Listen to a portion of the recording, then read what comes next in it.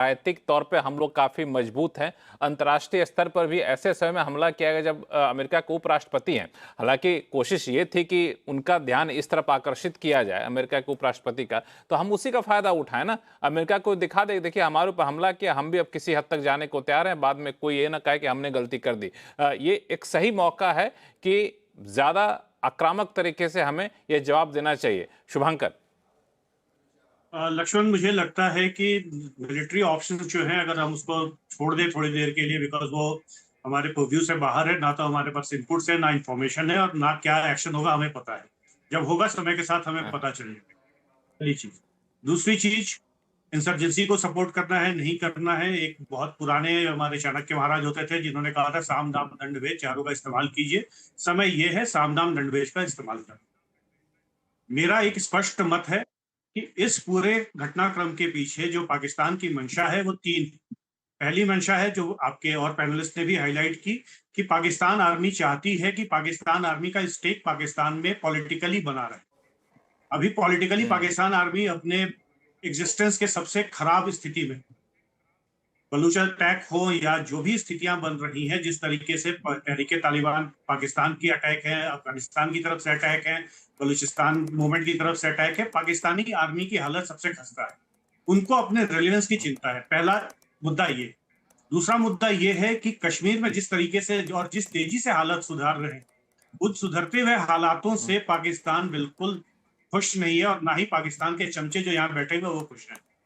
तीसरा है इससे रिलेटेड कि आप इस चीज को, हमारे यहाँ की एक दुखती रग है, वो है हमारा हिंदू मुस्लिम विवाद, उसको भड़काना। मुझे लगता है कि सरकार को बाकी सारे मुद्दों के अलावा इन तीनों चीजों पे काम करना पड़ेगा। आपको यह समझना पड़ेगा कि अगर इस समय इस अटैक की वजह से अगले 2 से 3 महीने टूरिस्ट अगर कश्मीर नहीं जाते हैं, तो कश्मीर के जो लोकल लोग हैं उनकी माली हालत बहुत खराब होगी। और अगर माली हालत खराब होगी, तो आपने एक पुरानी कहावत फिर से मैं दोहराता हूँ, फिर भजन भूखे पेट भजन हो ही ना गोपाला। और जब भूखे पेट भजन नहीं होगा तो क्या होगा आपको पता है। अगर बेरोजगार युवा बिल्कुल। वतन की दरअसल तरफ जब नहीं बढ़ेगा कई तो बार वो ऐसा कहाँ हुआ है जाएगा। कि गर्मी छुट्टियों में कई बार जम्मू कश्मीर जाने का मौका मिला, तो वहाँ के जो स्थानीय लोग हैं वो कहते हैं कि ये जो महीना होता है, 1 महीना, हम लोग उसका साल भर से इंतजार कर रहे होते हैं।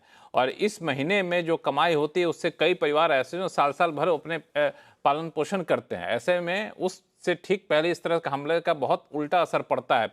आरती टिक्कू सिंह, मैं आपसे समझना चाहूँगा कि ये अभी जो डिप्लोमेटिक रिलेशन है हम लोग को दूसरे दूसरे देशों के साथ, चाहे यूएस के साथ हो, चाइना के साथ हो, तो ये जो ग्लोबल सेटअप है वो हमें कितना इस बात की छूट देता है कि हम पाकिस्तान को आइसोलेट कर सकें, और पाकिस्तान पर हम तो दबाव डालें ही डालें, अंतर्राष्ट्रीय स्तर पर भी अलग थलग उसको कर दें अब।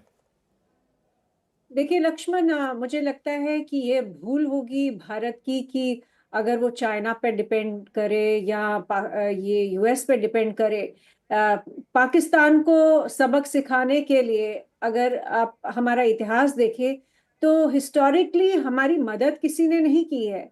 हम लोगों ने जब भी उनके साथ जंग की है, या जो 35 साल से प्रॉक्सी वॉर पाकिस्तान करता रहा, उसमें भारत जो है अकेले ही लड़ता रहा। और हम लोग मानते हैं कि हमको किसी और का इंटरवेंशन नहीं चाहिए। ना हमें इंटरवेंशन चाहिए, ना ही हमें किसी का कोई साथ चाहिए, क्योंकि मुझे लगता है इंडिया सक्षम है पाकिस्तान को सबक सिखाने में। 1971 में जब बांग्लादेश बनाया गया और इंडिया ने इंटरवेंशन करके पाकिस्तान ने जो जेनोसाइड बांग्लादेश में किया उसको रोका, तो उस वक्त भी अगर आपको याद होगा यूएस हमारे हक में नहीं था, और उस वक्त भी चाइना हमारे साथ नहीं खड़ा हुआ। तो मुझे नहीं लगता ऐसी हमें हमारी एक्सपेक्टेशन या कोई उम्मीद होनी चाहिए कि अंतरराष्ट्रीय लेवल पे हमारा कोई साथ देने आएगा। मुझे लगता है ये हमारा अपना बैटल है, हमारी अपनी जंग है, और ये हमें खुद लड़नी पड़ेगी और अपनी शर्तों पे लड़नी पड़ेगी। मुझे नहीं लगता है कि हम ऐसी कोई सिचुएशन में हैं कि पाकिस्तान अपने टर्म्स हमें डिक्टेट कर सकता है। लेकिन 2 बातें यहाँ कहना चाहूँगी। बिल्कुल ये सही है कि पाकिस्तान की आर्मी जो है वो डेस्परेट है, वो फ्रस्ट्रेटेड है। पाकिस्तान आर्मी, अगर आप को याद होगा, कि आर्मी बहुत कमजोर दिखी हमें तब जब इमरान खान के सपोर्ट में हजारों लाखों लोग सड़कों पे उतार आए पाकिस्तान आर्मी के खिलाफ। वो एक ऐतिहासिक क्षण था पाकिस्तान में, क्योंकि बहुत कम बार पाकिस्तान के इतिहास में सिविलियन लोग जो है पाकिस्तान आर्मी के खिलाफ हुए। दूसरी बात यह कि जनरल आसिम मुनीर की अपनी सिचुएशन बहुत खराब है। उन्होंने अफगानिस्तान में जो सेटबैक मिला, बलूचिस्तान में जो सेटबैक मिला, जो खैबर पख्तूनख्वा में जो सेटबैक मिल रहा है, और ओवरऑल जो कंट्री की सिचुएशन इकोनॉमिकली हुई है, उसमें पाकिस्तान के आर्मी का और आर्मी चीफ का की जो कमजोरियां हैं जी। वो साफ दिख रही है। और वो अपने आप को मजबूत करने के लिए वो चाहेंगे कि जंग हो, और उसमें बेशक पाकिस्तान आर्मी पिट ही जाए, लेकिन सारी कंट्री पाकिस्तान की जो है वो उनके साथ खड़ी होगी। लेकिन मुझे लगता है कि ये गलतफहमी है। उनको पाकिस्तान आर्मी ना ऐसे बच पाएगी ना वैसे बच पाएगी। उनकी सिचुएशन अच्छी नहीं है। दूसरी बात ये कहना चाहूंगी कि कई लोग जो ये कह रहे हैं कि टूरिज्म अभी कश्मीर में है, और बहुत पैसा अगर उनको मिल रहा है टूरिज्म, कई सारे लोग सोशल मीडिया पे बात कर रहे हैं कि टूरिज्म बंद होगा तो आतंक बंद होगा। ऐसा नहीं है। देखिए, जब टूरिज्म नहीं भी था, 30 साल कश्मीर में टूरिज्म नहीं था, और हमने इतने बड़े बड़े आतंकी हमले देखे, इतना हमने घमासान वायलेंस देखी, हिंसा देखी। हमने पुलवामा टेरर अटैक भी देखा, तब टूरिज्म नहीं था।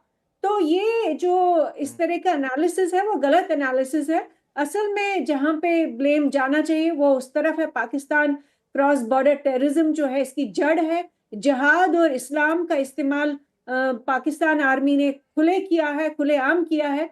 और असीम मुनीर अभी भी उसी आइडियोलॉजी, उसी थिंकिंग के, उसी माइंडसेट, उसी विचारधारा के जनरल है, आर्मी जनरल है। और वो उसको सबक सिखाने के लिए मुझे लगता है कि कई पैनलिस्ट ने इसका इशारा भी किया।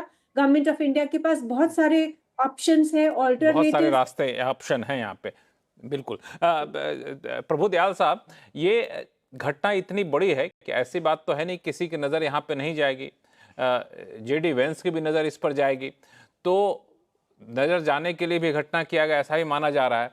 लेकिन इस घटना को भारत अपने पक्ष में करते हुए कैसे दिखा सकता है कि देखिए ये स्थिति इतनी खराब है कि हमें कोई ना कोई ठोस कदम लेना होगा और आप भी कुछ ऐसा करिए, क्योंकि द्विपक्षीय मामला नहीं है, मामला आतंकवाद का है और भारत हमेशा से आतंकवाद के मुद्दे पर पाकिस्तान को अलग थलग करने की कोशिश भी करता रहा है।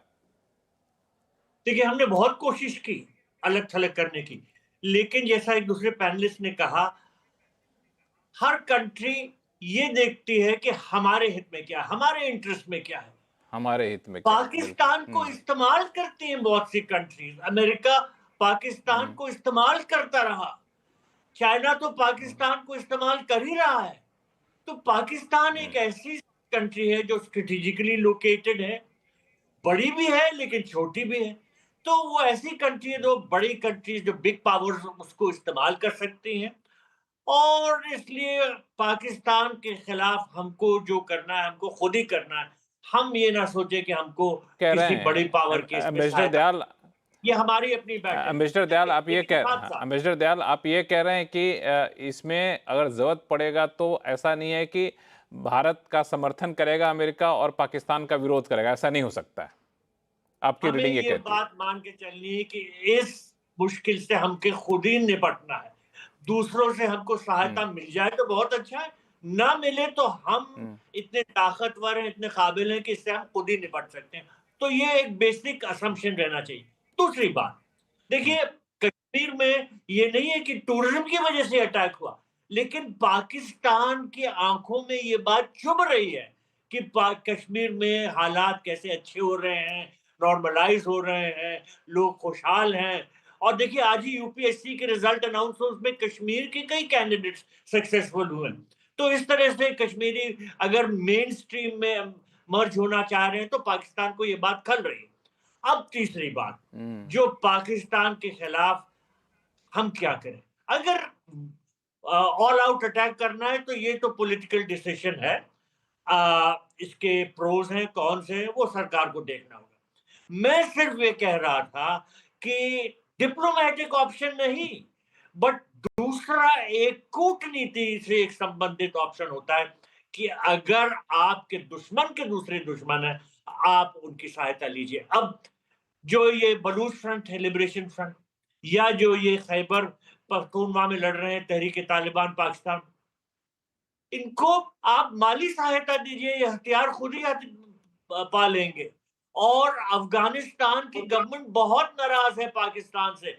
देखिए अभी पाकिस्तान ने कितने अफगानियों को वापस भेजना शुरू किया है और अफगान काबुल में सरकार बहुत नाराज है इस बात से। तो हमको इस जियोपॉलिटिकल सिचुएशन का फायदा उठाना चाहिए। कोई भी सिचुएशन ऐसी नहीं होती कि उसके दो पहलू नहीं होते। पाकिस्तान हमारे खिलाफ टेररिज्म कर रहा है, लेकिन पाकिस्तान में खुद कितना टेररिज्म चल रहा है। आप उन फोर्सेस को सपोर्ट कीजिए, पाकिस्तान को वीकेंड कीजिए। अगर पाकिस्तान वीक होता रहेगा तो हमारे लिए अच्छा है, सीधी सीधी बात। तो हमें इस बात को हमेशा ध्यान में रखना चाहिए कि माली हालात लेकिन यहाँ पे पाकिस्तान के कमजोर हैं, तो आप टेररिस्ट फोर्सेस को वहां जो पाकिस्तान में सपोर्ट कीजिए और कमजोर होता जाएगा। बिल्कुल, लेकिन जिस तरीके का आक्रोश लोगों के बीच में है, जाहिर तौर पे लोग चाहेंगे कि आप कोई न कोई ऐसा कड़ा एक्शन लीजिए, कड़ा जवाब दीजिए, ताकि पाकिस्तान को भी एक सख्त मैसेज यहाँ पर जाए। वो कड़ा एक्शन क्या हो सकता है? आप लोगों ने कई सारे ऑप्शन यहाँ पे दिए। जो डिप्लोमेटिक रिलेशन की बात कर रहे हैं, डिप्लोमेटिक तौर तरीके से हैंडल करने की बात कर रहे हैं, वो एक लॉन्ग टर्म होता है। वो भी हम लोग काफ़ी कोशिश पहले भी करते रहे हैं, लेकिन बदले हालात में करना कुछ कहना चाह रहे हैं दयाल साहब? डिप्लोमेटिक ऑप्शन की कौन बात कर रहा है? हमारे तो डिप्लोमेटिक रिलेशंस है ही नहीं। शुरू से सबने ये कहा कि डिप्लोमेटिक ऑप्शन तो पाकिस्तान के साथ है ही नहीं, और ना हमारे उनके साथ ट्रेड है, ना किसी तरह से नॉर्मलाइज्ड रिलेशंस है। हमें डिप्लोमेटिक रिलेशन पाकिस्तान के साथ नहीं, दूसरे देशों के साथ जो उनको, उसकी बात मैं कर रहा हूँ।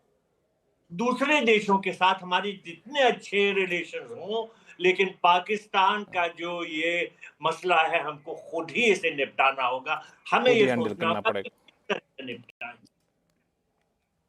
देखिए मैं तो पाकिस्तान इस पे आगे भी कर चुका, पाकिस्तान में वहां इसे आपसे बेहतर कौन बता सकता है? दुश्मनी नहीं जा सकती, नहीं जा सकती, और आप इनको कमजोर कीजिए, वही एक है।